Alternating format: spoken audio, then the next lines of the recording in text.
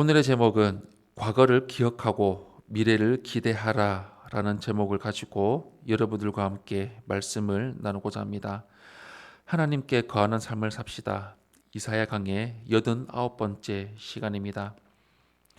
우리는 하나님의 은혜로 구원을 받았고 하나님의 자녀라는 권세를 얻었습니다. 아무런 값을 치르지 않고 구원을 받은 이유는 그것이 값싸기 때문이 아니라 오히려 세상 누구도 그 대가를 치를 수 없을 정도로 값비싼 것이기 때문입니다. 그런데 가끔 우리는 아무 대가 없이 받아서인지 어리석게도 이 놀라운 구원의 은혜를 하찮게 여기고 하나님의 자녀로서 살아가기를 게을리하는 경우가 있습니다. 그런데 이는 이사야가 활동하는 당시의 유다도 마찬가지였습니다. 이에 이사야는 유다 백성을 책망하며 하나님께 돌아오라고 권면합니다. 먼저 첫 번째로 옛적에 행하실 일을 기억해야 되는 것을 볼 수가 있습니다. 1절에서 5절 말씀 우리 한 목소리로 함께 합독하겠습니다. 시작. 야곱의 집이여 이를 들을지어다. 너희는 이스라엘의 이름으로 일컬음을 받으며 유다의 허리에서 나왔으며 여호와의 이름으로 맹세하며 이스라엘의 하나님을 기념하면서도 진실이 없고 공의가 없도다. 그들은 거룩한 성 출신이라고 스스로 부르며 이스라엘의 하나님을 의지한다며 그의 이름이 만군의 여호와라고 하나 내가 예로부터 처음 일들을 알게 하였고 내 입에서 그것들이 나갔으며 또 내가 그것들을 듣게 하였고 내가 홀연히 행하여 그 일들이 이루어졌느니라. 내가 알거니와 너는 완고하며 내 목은 쇠의 힘줄이요 내 이마는 노치라. 그러므로 내가 이 일을 예로부터 내게 알게 하였고 일이 이루어지기 전에 그것을 내게 듣게 하였느니라. 그것을 내가 듣게 하여 내가 이것을 내 신이 행한 바요 내가 새긴 신상과 부어 만든 신상이 명령한 바라. 말하지 못하게 하였느니라. 아멘.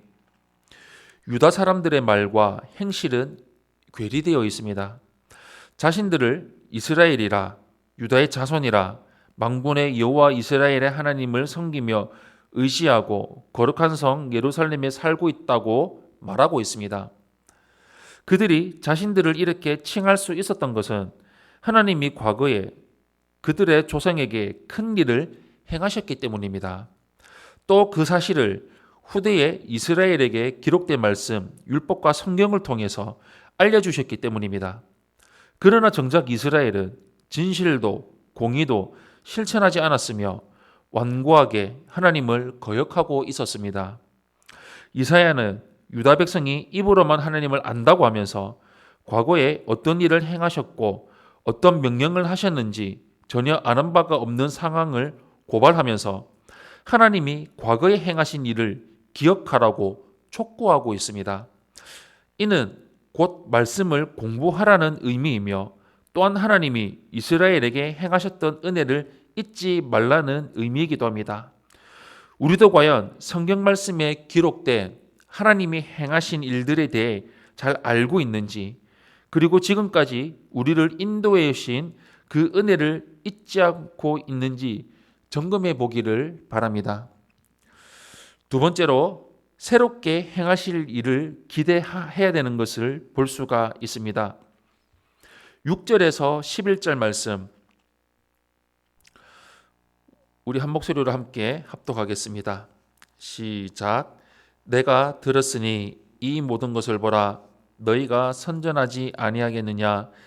이제부터 내가 새 일 곧 내가 알지 못하던 은비한 일을 내게 듣게 하노니 이 일들은 지금 창조된 것이요 옛 것이 아니라 오늘 이전에는 내가 듣지 못하였으니 이는 내가 말하기를 내가 이미 알았노라 하지 못하게 하려 함이라.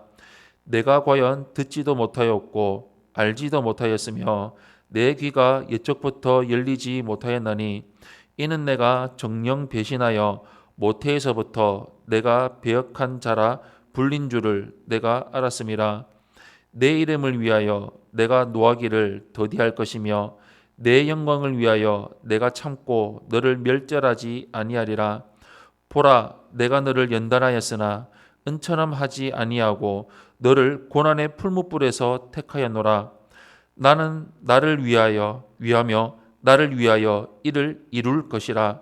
어찌 내 이름을 욕되게 하리요 내 영광을 다른 자에게 주지 아니하리라. 아멘. 하나님을 입으로만 알 뿐 실제로는 뼛속까지 배신자였던 이스라엘을 향해서 하나님은 그동안 이스라엘이 들어보지 못했던 새 일을 행하겠다고 선언하십니다. 이는 이스라엘이 보기에는 하나님이 과거에 행하셨던 일과 전혀 다른 형태의 일입니다. 여기에는 이방인의 왕 고레스를 사용해서 자기 백성을 구원하실 일도 포함이 됩니다.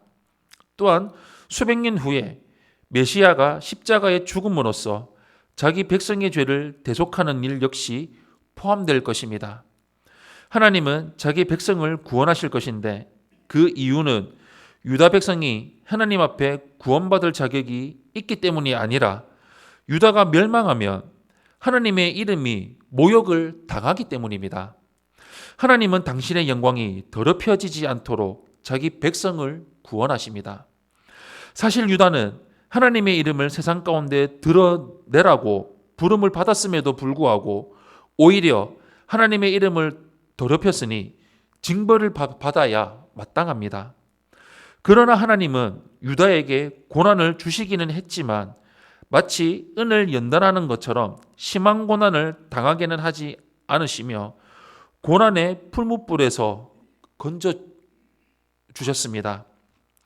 이름뿐인 하나님의 백성이지만 그 백성이 멸망한다면 하나님의 영광이 다른 이에게 주어질 수 있기에 하나님은 유다를 구원하시겠다 말씀하십니다. 이처럼 우리는 전혀 공로가 없지만 하나님의 은혜로 구원을 받았습니다. 그러므로 우리는 오직 하나님의 영광을 세상에 드러내는 일에 주목하며 전파하며 살아가는 삶을 살아야 합니다. 사랑하는 성도 여러분, 영적 침체에 빠졌을 때, 하나님이 멀리 계신다고 느껴질 때 과거에 하나님이 행하신 일을 기억해야 합니다. 그러면 지금까지 신실하게 우리와 함께 하셨던 주님이 이후에 어떻게 행하실 것인가를 깨달을 수가 있습니다. 이사야가 선포하는 책망을 새겨 듣고 주님이 행하실 일을 기대하는 우리 모두가 되기를 소망합니다. 우리 평생토록 말씀 가운데 역사하시는 하나님을 바라보면서 그 하나님의 마음이 어떤지 우리가 말씀을 통해 순종하며 바라보며 살아가는 삶을 온전히 이루며 나아가시기를 예수님 이름으로 축원합니다.